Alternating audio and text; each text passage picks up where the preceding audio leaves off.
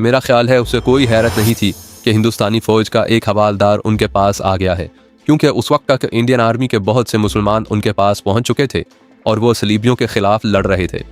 उसने कुरान मजीद अलमारी में रखा और फिर उसने मुझे उठने को कहा और दिया बुझा दिया। वहाँ से निकले तो मैंने उस बरामदे का दिया भी बुझा दिया और हम मस्जिद से निकल आए। मुझे मस्जिद के करीब ही छोटी छोटी गलियों में से घुमाता फिराता एक बड़े मकान के सामने जा रुका और दरवाजे पर दस्तक दी।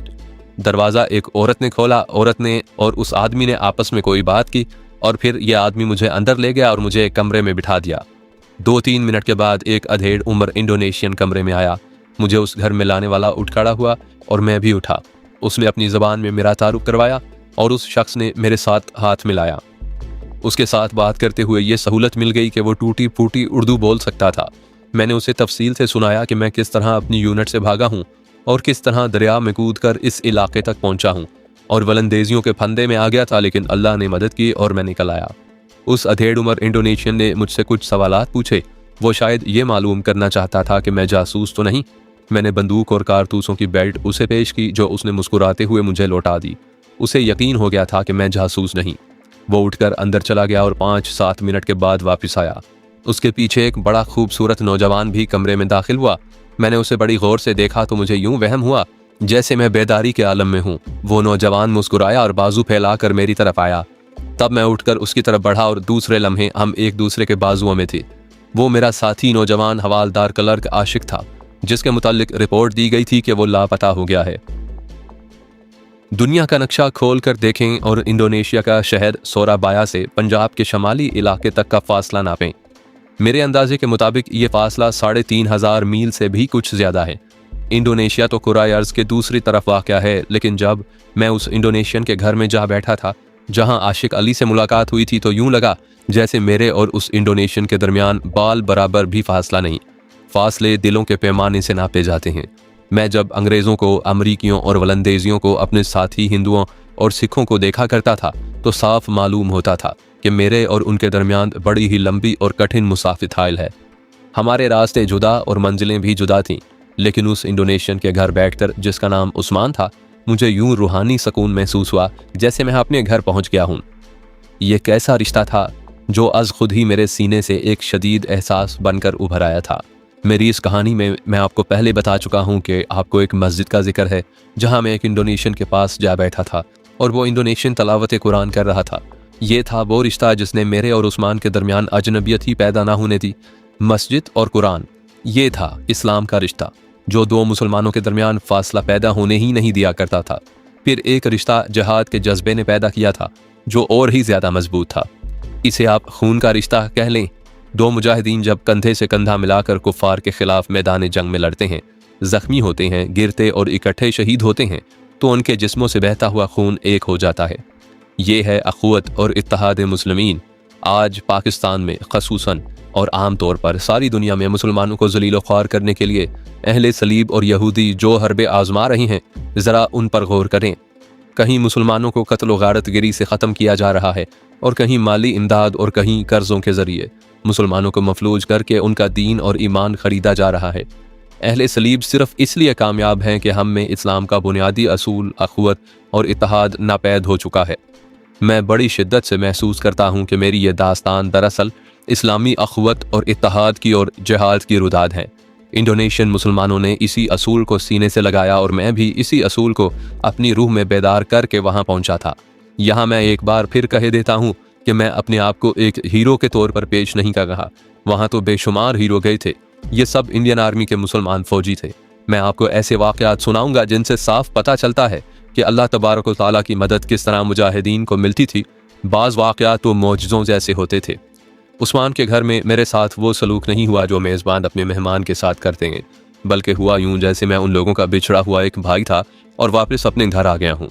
मुझे नहलाया गया, कपड़े दिए गए, खाना खिलाया गया और एक अलग कमरे में आशिक अली के साथ मेरा बिस्तर बिछा दिया गया। आशिक अली के मिल जाने से मुझे ये सहूलत मैसर आ गई कि जो उल्टी सीधी बात दिल में आती थी वो मैं उसके साथ कर लेता था। ज़बान की दुश्वारी भी नहीं थी। फिर ये बात भी थी कि वो भी पंजाब का रहने वाला था और उसका गाँव मेरे कस्बे से कोई ज़्यादा दूर नहीं था। मैं और आशिक अली सारी रात जागते और बातें करते रहे। उसने पहले मुझसे पूछा कि यहाँ तक किस तरह पहुँचा हूँ। ये तो मैं उस्मान को सुना चुका था और आशिक अली ने भी सुन लिया था, लेकिन वो उससे पहले की बातें पूछ रहा था। मैं बेताब था कि वो अपनी सुनाए कि वो किस तरह यहाँ तक पहुँचा है। वो उसने पूरी तफसील से सुनाया। ये है वो कहानी जो मैं आप तक पूरी तफसील से पहुँचाना चाहता हूँ। इसमें आपको कुछ अल्लाह की मदद के रंग भी मिलेंगे। शायद पिछली कहानी में मैं आपको सुना चुका हूँ कि आशिक अली कहाँ से लापता हुआ था। अब मैं आशिक अली के साथ उसका हवालदारी ओहदा नहीं लिखूंगा, क्योंकि अब वो इंडियन आर्मी का फौजी नहीं बल्कि इंडोनेशिया की जंग आज़ादी का मुजाहिद था। मुख्तसरन बात यूँ आई थी कि वो पूरे ब्रिगेड का ऑपरेशन था जिसमें हमारी बटालियन भी शामिल हुई थी।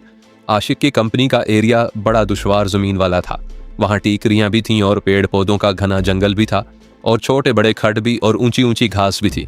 आशिक अली अपने कंपनी कमांडर अंग्रेज़ मेजर के साथ कंपनी की एक प्लाटून पोजीशनों की तरफ गया। वो प्लाटून कंपनी से कुछ ज़्यादा ही अलग थलग और थोड़ी दूर पोजीशन में पहुंच गई थी कि अचानक 3 अतराफ से उस पर राइफलों और टॉमी गनों का और 1 या 2 मशीन गनों का फायर इस तरह आने लगा जैसे अचानक मूसलाधार मींह बरस पड़ा हो। उस प्लाटून ने और आगे जाना था। उसकी नफरी 30-35 के दरमियान थी। दरअसल हुआ ये था कि प्लाटून इंडोनेशियन गोरिल्लों की घात में आ गई थी। मैंने पिछली किस्त में बताया है कि इंडोनेशियन गोरिल्लों को पता नहीं चल सका था कि यह प्लाटून मुसलमानों की है, वरना उस पर वो एक भी फायर न करते। प्लाटून का हर जवान आड़ में था, इसलिए गोरिल्लों को ये जवान नजर नहीं आते थे। उन्हें सिर्फ ये मालूम था कि कुछ नफरी इंडियन आर्मी की इस इलाके में आ गई है और गोरिल्लों ने उस पर फायर खोल दिया। आशिक अली को अपने कंपनी कमांडर के साथ रहना था। कंपनी कमांडर के साथ वायरलेस ऑपरेटर भी था। फायर ऐसा अचानक और इतना ज्यादा आया कि नफसा नफसी का माहौल बन गया और आशिक अली भी एक खड्ड में कूद गया। उसने ये ना देखा कि कंपनी कमांडर और वायरलेस ऑपरेटर किधर निकल गए हैं। जिस खड्ड में आशिक अली उतरा था उसमें 3-4 जवान बैठ सकते थे। ये इतना ही बड़ा था कि बैठकर सर भी छुपाया जा सकता था। उसके किनारों पर झाड़ियां थीं और घास बड़ी थी। उनकी वजह से खड्ड में बैठा हुआ आदमी नजर नहीं आता था। आशिक अली को बड़ी अच्छी और महफूज पनाहगाह मिल गई थी। गोलियां उसके सर के ऊपर से गुजर रही थीं और वो गोलियों के धमाके ही नहीं बल्कि अपने ऊपर गुजरती गोलियों की सीटियां भी सुन रहा था। ज्यादा फायर तो आशिक अली की कंपनी की तरफ से हो रहे थे। इंडोनेशियन गोरीले तो सोच समझकर अपना हदफ देखकर फायर करते थे, लेकिन उस रोज उन्हें कहीं से मशीन गन मिल गई थी और वो फौजियों की तरह बरस्ट फायर कर रहे थे। अंग्रेजों की फौज के पास तो जाया करने के लिए भी बेअंदाज एम्यूनिशन था। हमारे फौजी अपनी हिफाजत इस तरीके से किया करते थे कि अंधाधुंध मशीन गन्ने, स्टेन गन्ने और राइफलें फायर करनी शुरू कर देते और अक्सर यूं होता कि ट्रिगर दबाया तो फिर उसे छोड़ना भूल जाते थे। आशिक अली को अंदाजा हो रहा था कि उसकी प्लाटून के आधे से ज्यादा जवान जख्मी या हलाक हो चुके होंगे और बाकी बड़ी तेजी से पीछे हट रही हैं। उसका अंदाजा गलत नहीं था, जिसका एक सबूत ये था कि जिस खड्ड में वो छुपा हुआ था उसके बिल्कुल करीब से एक इंडोनेशियन दौड़ता हुआ गुजरा। वो उस तरफ जा रहा था जिस तरफ आशिक अली की प्लाटून पसपा हो रही थी। थोड़ी देर के बाद एक और इंडोनेशियन गोरिल्ला उस खड्ड से इस तरह गुजरा कि वो खड्ड में गिरा नहीं बल्कि उसके ऊपर से कूद गया। उसे पता ही नहीं चला कि खड्ड में एक फौजी छुपा बैठा है। मैदान जंग की सूरत ये थी कि आशिक अली की प्लाटून ही नहीं बल्कि पूरी कंपनी बड़ी तेजी से पीछे हट रही थी और इंडोनेशियन गोरिल्ले उसके ताकुब में जा रहे थे। मैं एडवांस और रीट्रीट को फौजी ज़बान में बयान करके आपको बोर नहीं करना चाहता, लेकिन ये ज़रूर बताऊंगा कि पसपा होने का यानी पीछे हटने का मतलब ये नहीं कि आशिक अली की कंपनी के अफसर और जवान उठकर पीछे को दौड़ पड़े थे और गोरिल्ले उनके ताकुब में दौड़े जा रहे थे। तरीका ये होता है कि जवान एक पोजीशन और आड़ से सिरक कर पीछे हटते या दौड़ते, एक और आड़ में जा पोजीशन लेते और फायर करते हैं। इस तरह कंपनी या नफरी पीछे हटती जाती है और दुश्मन आगे बढ़ने की जुर्रत कम ही करता है। लेकिन दुश्मन भी पोजीशनें बदल बदल कर पसपा होने वालों का ताकुब करता है। वो चूंकि गोरीले थे इसलिए वो बड़ी दलेरी से दौड़ते और कहीं पोजीशन लेकर पसपा होने वालों पर फायर कर रहे थे। आशिक ने अभी उस खड्ड से निकलने की सोची ही नहीं थी। उसे डर था कि वो उठा तो किसी गोरीले की नज़र में आ जाएगा। ये तो बाद में देखेगा कि ये फौजी मुसलमान था या हिंदू। पहले गोली चलाएगा। सबके सरों पर स्टील हेलमेट होते थे, इसलिए यह मालूम करना मुमकिन नहीं था कि उस स्टील हेलमेट के नीचे जो फौजी है वो मुसलमान है या हिंदू। कुछ देर के बाद वो फिर 2 इंडोनेशियन गोरीले आशिक वाले खड्ड के किनारे से दौड़ते हुए गुजर गए। अब वो आगे को नहीं बल्कि पीछे जा रहे थे। ये तो हो ही नहीं सकता था कि अंग्रेजों की फौज भागी जाती और दुश्मन उसके ताकुब में रहता। हमारी बटालियन या ब्रिगेड की तरफ से पसपाई के बाद की कार्रवाई शुरू हो गई। वो ये थी कि फील्ड तोप खाने की तोपें गोलाबारी करने लगीं। आशिक अली ने बताया कि उस गोलाबारी में हमारी प्लाटून की मार्टर प्लाटून की गोलाबारी भी शामिल थी। मैंने आपको पहले बताया है कि अंग्रेजों की फौज के पास फूंकने के लिए बेअंदाजा एम्यूनिशन था। इस बेदरेक गोलाबारी का मतलब और मकसद ये था कि जहां जहां भी गोरीले हैं वो जद में आ जाएं। तोप मार्टर गन का गोला फटता है तो उसके छोटे बड़े टुकड़े गोलियों की तरह हर तरफ फैल जाते हैं, और एक भी टुकड़ा किसी को लग जाए तो वो जवान बुरी तरह जख्मी होता है, और अगर सर में लगे और टुकड़े का साइज जरा बड़ा हो तो फिर वो आदमी मर भी सकता है। इंडोनेशियन गोरीले अपना काम कर गए थे। ये तो अंग्रेज भी जानते थे कि उनका मुकाबला किसी बाकायदा फौज के साथ नहीं बल्कि गोरीलों से मुकाबला है जो बिखरे हुए हैं। बिखरे हुए गोरीलों पर गोलाबारी ही की जाती थी। गोरीलों ने अब तो पीछे ही हटना था और वहां से गायब हो जाना था। ब्रिगेड के इस बड़े ऑपरेशन के दौरान गोरीलों की तादाद ज्यादा थी। उन्होंने कई और यूनिटों की कंपनियों या प्लाटूनों को घेर कर नुकसान किया था। आशिक अली ने मुझे सुनाया कि अब गोले उसके इर्द गिर्द फटने लगे थे। उसका तो दिमाग खराब हो रहा था। तोपों की गोलाबारी से कोई और नुकसान चाहे हो या ना हो, लेकिन जिस नफरी के दरमियान या इर्द गिर्द गोले फटते हैं उस नफरी के दिमाग मुसलसल धमाकों से माऊफ हो जाते हैं और वो लड़ने के काबिल नहीं रहते। यही वजह है कि जहां दुश्मन के मोर्चों पर हमला होता है उससे पहले वहां बेअंदाजा गोलाबारी की जाती है। आशिक की बातों से मैंने ये अंदाज़ा लगा लिया कि पहले गोलाबारी खासी आगे की जा रही थी और फिर गोले पीछे आकर फटने लगे। आशिक अली ने यह तो इरादा कर ही रखा था कि जब कभी उसे मौका मिला वो उधर से भागकर इंडोनेशियन गोरीलों के पास चला जाएगा। अब उसे वो मौका मिल गया था, लेकिन वो इस डर से खड़ही में बैठा रहा कि बाहर निकला तो गोलाबारी में मारा जाएगा, और ये भी हो सकता है कि दूर से कोई गोरीला उसे देख ले और गोली मार दे। ये सोचकर वो वहीं दुबका रहा। गोले जन्नाटों से उसके ऊपर से गुजरते जा रहे थे और अब वो धमाकों की लपेट में आ गया था। आशिक अली के खड़ के बिल्कुल करीब एक ऐसा जबरदस्त धमाका हुआ जैसे जमीन फट गई हो, और इसके साथ ही आशिक अली को एक कर्बनाक आवाज सुनाई दी जो चीख नुमा थी। उसके फौरन बाद एक इंडोनेशियन गोरीला खड़ में आ पड़ा। धमाका इतना जोरदार था कि आशिक अली के कानों में सीटियां बजने लगीं। गोरीला खड़ में गिरा तो आशिक अली कुछ घबरा सा गया। गोरीला पेट के बल गिरा था। वो फौरन ही सीधा ना हुआ बल्कि आहिस्ता आहिस्ता उठने और सीधा होने की कोशिश करने लगा। आशिक अली के पास स्टेन गन थी जिसमें मैगजीन लगी हुई थी। वो उस गोरीले को सीधा होने से पहले ही मार सकता था, लेकिन उसने ऐसा सोचा ही नहीं। गोरीले के पांव आशिक अली को लग रहे थे क्योंकि खड़ इतना ही चौड़ा था। उसमें सिर्फ बैठा जा सकता था, कोई दूसरा आदमी लेट नहीं सकता था। वो गोरीला जब सीधा हुआ तो आशिक अली ने देखा कि वो बड़ा खूबसूरत और नौ उम्र लड़का था। उसने सर पर एक रुमाल लपेट रखा था और उस रुमाल को सर पर ही रखने के लिए एक बेल्ट या पट्टी सी बांध रखी थी। जूं ही गोरीले ने आशिक अली को देखा, उसने अपनी टॉमी गन जो उसके करीब गिरी थी उठा ली और उसके चेहरे का रंग बदल गया। ये गुस्से और दुश्मनी का रंग था। उसने बड़ी तेजी से टॉमी गन आशिक अली की तरफ सीधी की, लेकिन आशिक अली ने अपनी स्टेन गन उसकी तरफ ना की बल्कि दोनों हाथ उसकी तरफ कर दिए। मुस्लिम मुस्लिम, आशिक अली ने अपना एक हाथ अपने सीने पर रख कर कहा, मुर्दी का मुस्लिम समा समा। ये तो उस इंडोनेशियन नौ उम्र गोरीले ने देख ही लिया होगा कि वो पेट के बल गिरा था, और अगर ये हिंदुस्तानी फौजी मुसलमान ना होता तो उसे सीधा होने से पहले ही स्टेन गन के एक बरस्प से ख़त्म कर देता। उसने भी कहा मुस्लिम, हाँ हाँ मुस्लिम। उस वक्त तक आशिक अली ने देखा कि उस गोरीले की पतलून घुटने से फट गई थी और वहां से खून उबल उबल कर निकल रहा था। आशिक अली ने परेशान सा होकर स्टेन गन अलग फेंकी और उसके जख्म को देखने लगा। गोरीले ने पतलून ऊपर की तो जख्म साफ नजर आने लगा। जो गोला करीब फटा था उसका एक बड़ा टुकड़ा उस गोरीले की टांग में लगा और खासा बड़ा जख्म कर गया था। ये जख्म घुटने से जरा सा ऊपर था। खून बहुत ही ज्यादा निकल रहा था। आशिक अली ने अपने झोले से फील्ड पट्टी निकाली और बड़ी तेजी से उसे खोला। फौजियों के पास जो फील्ड पट्टी होती है वो खासी ज्यादा चौड़ी और लंबी होती है और उसमें रुई का एक पैड भी बना हुआ होता है। आशिक अली ने वो पैड उस इंडोनेशियन लड़के के जख्म पर रखा।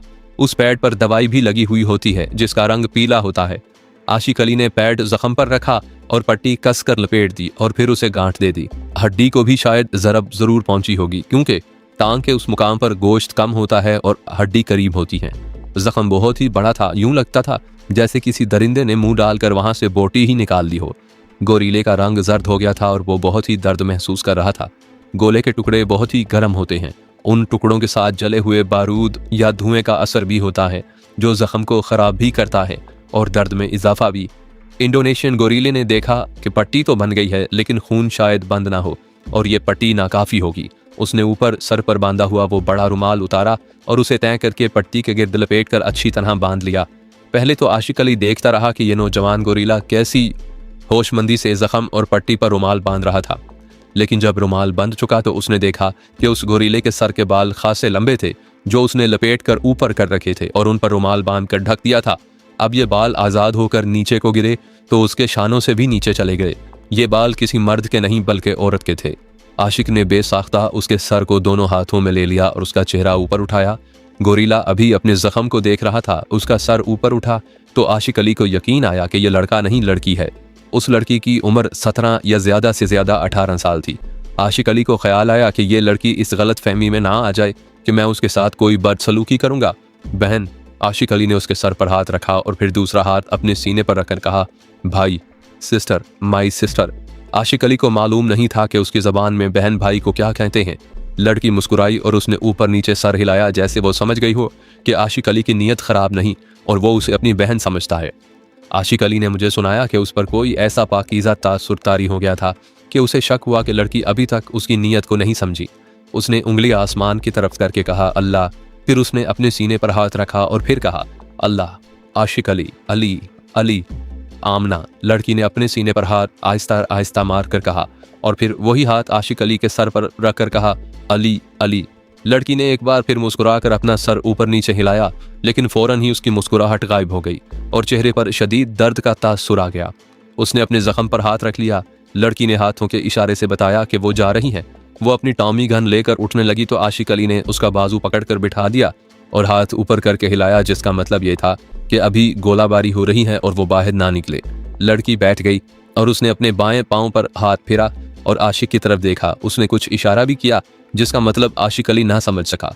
लड़की ने फ्लैट शूज पहन रखे थे। आशिक अली ने अपने तासुरात सुनाते हुए कहा कि वो कुछ देर तो उस लड़की की तरफ ही देखता और हैरान होता रहा कि ऐसी नो उम्र और खूबसूरत लड़की किस तरह मर्दों के दोष बदोश अंग्रेज़ों और अमरीकियों जैसी जंगी ताकत के खिलाफ लड़ रही है। लड़की का रंग सफ़ेदी माइल पीला था और उसमें हल्की हल्की सुर्खी थी जो इस जंगल और जंग में भागने दौड़ने से चेहरे पर आ गई थी। आशिक अली ने कहा कि फौजी किसी बराए नाम औरत को भी देख लें तो अहमकों की तरह उसे देखते ही रहते हैं और उनके चेहरों से पता चलता है कि वो क्या सोच रही हैं और उनकी नीयत क्या है। लेकिन आशिक अली जूं जूं उस लड़की को देखता था, उसके दिल में पाकीज़गी और तकद्दुस का तासुर बढ़ता ही जा रहा था। गोलाबारी यकलख्त बंद हो गई और जंगल पर गहरा सकूत तारी हो गया। यूं मालूम होता था जैसे ये जंगल ना जाने कब से ऐसे ही खामोश चला आ रहा है और यहाँ कभी कोई हंगामा नहीं हुआ। लेकिन आमना और आशिक अली के लिए बहुत कुछ हो गया था। वो इस तरह कि आमना गोलाबारी बंद होते ही उठी और खट से निकलने लगी तो उसके मुंह से कर्बनाक सी चीख निकली। उसने वहीं रुककर और ज़रा झुककर अपने बाएं पाँव की तरफ देखा और फिर आशिक अली की तरफ देखा। आशिक अली तो यही समझता था कि उसके जख्म से दर्द की टीस उठी है, लेकिन आमना ने अपना बायां पाँव ज़रा टेढ़ा करके और कुछ हाथों के इशारे किए तो आशिक अली समझ गया कि उसके पाँव को मोच आ गई है। आमना ने मजीद इशारे किए और कुछ जिस्म से ऐसी हरकत की जिनसे पता चला कि जब उसके करीब गोला फटा था तो वो गिरी थी, उस वक्त उसका बायां पाँव मुड़ गया था। गिरते वक्त जिस्म का बोझ उसी पाँव पर पड़ा। अब आमना की माजूरी ये थी कि दाएं टांग में इतना बड़ा जख्म था और बाएं टांग पाँव की मोच की वजह से माजूर हो गई थी। अब उसका वहाँ से निकल जाना भी बहुत ज़रूरी था। आशिक जानता था कि अब उसकी अपनी कंपनी या 2-3 कंपनियां आगे आएंगी और अपनी लाशों और ज़ख्मियों को उठाकर पीछे ले जाएंगी। आमना को इससे पहले वहाँ से गायब हो जाना चाहिए था, लेकिन उसका बायां पाँव जिस्म का वज़न उठा ही नहीं रहा था। मैंने पहले बताया है कि आशिक अली ने मुझे कई बार कहा था कि वो इंडोनेशियन मुजाहिदीन के पास चला जाएगा। अब उसे बड़ा अच्छा मौका मिल गया था, लेकिन उसमें कुछ झिझक सी थी जो डर की सूरत इख्तियार कर गई थी। ये भी जहन में रखें कि आशिक कोई शहरी नौजवान नहीं बल्कि एक गांव का रहने वाला था, इसलिए उसमें इतनी ज़्यादा खुद एतमादी और अक्लमंदी नहीं थी। लेकिन अब उसने देखा कि एक इंडोनेशियन लड़की जो मर्दों के दोष बदोश लड़ रही है वहाँ से निकल जाने से माजूर है और अगर वो ना निकली तो पकड़ी जाएगी, तो ये बहुत ही बुरी बात होगी। वो जानता था कि ऐसी नौउम्र और खूबसूरत लड़की को अंग्रेज़ अफसर अपने पास रख लेंगे और फिर उसके साथ जो सलूक होगा वो आशिक अली से ढका छुपा नहीं। ये सोचकर आशिक अली के खून में जोश आ गया और वो अपनी स्टेन गन और आमना की टॉमी गन उठाकर खड्ड से निकला और दोनों गनें अलग रखकर खड्ड के किनारे दो जानू होकर आमना की बगलों में हाथ रखे और उसे ऊपर खींच लिया। स्टेन गन के साथ सिलिंग लगा हुआ था। आशिक ने सिलिंग कंधे में डाल लिया और टॉमी गन जो बगैर सिलिंग के थी हाथ में ले ली। आमना चलने लगी तो एक टांग का जख्म और दूसरे पाँव की मोच उसे चलने नहीं देती थी। उसने बेबसी के आलम में आशिक की तरफ देखा। आशिक ने उसका एक बाजू अपने कंधों पर रखा और अपना दायां बाजू उसकी पीठ पर रखकर उसका वजन सहार लिया और दोनों चल पड़े। वो कोई हमवार ज़मीन नहीं थी, ऊंची नीची जगहें ज़्यादा थीं और टेकरियां सीधा रास्ता नहीं देती थीं। उनकी रफ्तार बहुत ही सुस्त थी, ये एक ख़तरा था। वो थोड़ी ही दूर गए तो आशिक अली रुक गया। वो आमना से कहना चाहता था कि इस रफ्तार पर चले तो थोड़ी देर बाद पकड़े जाएंगे, बेहतर यह है कि आशिक उसे उठा ले। इतनी बात वो आमना को इशारों में समझा नहीं सकता था। उसने इशारों के बजाय अमल ज्यादा बेहतर समझा, जो ये था कि वो आमना के सामने झुका और आमना के पेट के साथ अपना दायां कंधा लगाया और उसे उठा लिया। आमना का पेट उसके कंधे पर था, उसका सर आशिक की पीठ की तरफ और टांगें आगे को थीं। अब आशिक अली तेज चल सकता था। उसने मुझे बताया कि आमना नाजुक अंदाम सी लड़की थी जिसका वजन कोई ऐसा ज्यादा नहीं था, लेकिन उस दुश्वार गुजार जगह से निकलना खासा थका देने वाला काम था। एक जज्बा था जिसने आशिक अली को कोई और ही ताकत दे दी थी। आशिक अली को ख्याल आया कि वो जा कहाँ रहा है। ना आमना ने उसे बताया था कि कहाँ तक और किस तरफ जाना है, ना उसने खुद सोचा था। वो कुछ दूर तक चले गए थे। आमना ने अपना एक हाथ उसकी पीठ पर मारा और कुछ कहा जिसका मतलब गालिबन ये था कि वो रुक जाए। आशिक रुक गया और आमना उसके कंधे से उतरी। उसने जोर जोर से 2-3 सांस लिए जिसका मतलब ये था कि आशिक जरा सुस्ता ले। आशिक बैठ गया और आमना भी उसके पास बैठ गई। आशिक की इस वक्त ज़रूरत यह थी कि वो ज़रा दम ले ले। उसने आमना से इशारों में पूछा कि जाना कहाँ है। आमना ने ऐसे इशारे किए जिनसे ये जाहिर हुआ कि वो ठीक सिमत को जा रही हैं, लेकिन वो आशिक अली का ये सवाल इशारों में ना समझ सकी कि वो जगह कितनी दूर है जहाँ तक जाना है। आशिक अली ने अपनी पानी वाली बोतल निकाली, पहले आमना को पानी पिलाया, फिर खुद पिया और एक बार फिर उसे कंधे पर डालकर चल पड़ा। अब वो जिस इलाके में जा रहे थे वहाँ टीकरियाँ कुछ कम हो गई थी, लेकिन ज़मीन खड्डों वाली थी। बाज़ जगह तो पानी रुका खड़ा था और कीचड़ भी था। ऐसी जगह से बचने के लिए रास्ता लंबा होता जा रहा था। वहाँ कहीं कहीं स्याह रंग की चट्टानें भी नजर आने लगी थी। वहाँ तक पहुंचे तो एक बार फिर फायरिंग शुरू हो गई। ये फायरिंग उनसे कुछ दूर थी, लेकिन थी बहुत ज्यादा। वो शायद किसी और बटालियन का एरिया था और इंडोनेशियन गोरिल्लों ने शायद किसी और कंपनी या प्लाटून को घात में ले लिया था और दोनों तरफ से फायरिंग शुरू हो गई थी। गोले उनके करीब आकर फटने लगे, लेकिन इतने करीब भी नहीं कि वो उनके उड़ते टुकड़ों की जद में आ जाते। बहरहाल गोलाबारी उनके सर पर भी आ सकती थी। आशिक अली ने वहां से एक तरफ को हटना शुरू कर दिया। सूरज गरूब हो चुका होता तो फिर कोई खतरा नहीं था। रात को फौज का कोई ऑपरेशन नहीं हुआ करता था, लेकिन दिन के अभी 2 या 2:30 ही बजे थे। आशिक अली चलता गया और अच्छी खासी थकन महसूस करने लगा। गोलाबारी बंद हो गई और अब दूर से इक्के दुक्के फायर की आवाज आती थी। आशिक अली रुक गया और आमना को कंधे से उतारा। आशिक तो पसीने से नहा गया था। दोनों बैठ गए। आमना ने आशिक अली की तरफ देखा और उसके चेहरे पर ऐसा तासुर आ गया जैसे उसे आशिक अली पर रहम आ रहा था और शुक्रिया का तासुर भी झलक रहा था। उसने जो इशारे किए वो आशिक अली ने समझ लिए। आमना उसे कह रही थी कि मुझे यहीं छोड़कर तुम वापस चले जाओ। आशिक अली ने सर हिलाया और कुछ इशारे किए जिनका मतलब ये था कि अब वो वापस नहीं जाएगा, बल्कि अब वो इंडोनेशियन मुजाहिदीन में शामिल होगा। मालूम नहीं आमना ने उसके बाकी इशारे समझे थे या नहीं। आशिक अली उसे इशारों की ज़बान में कह रहा था कि वो उसे इस माजूरी की हालत में जंगल में तो किसी कीमत पर छोड़कर नहीं जाएगा।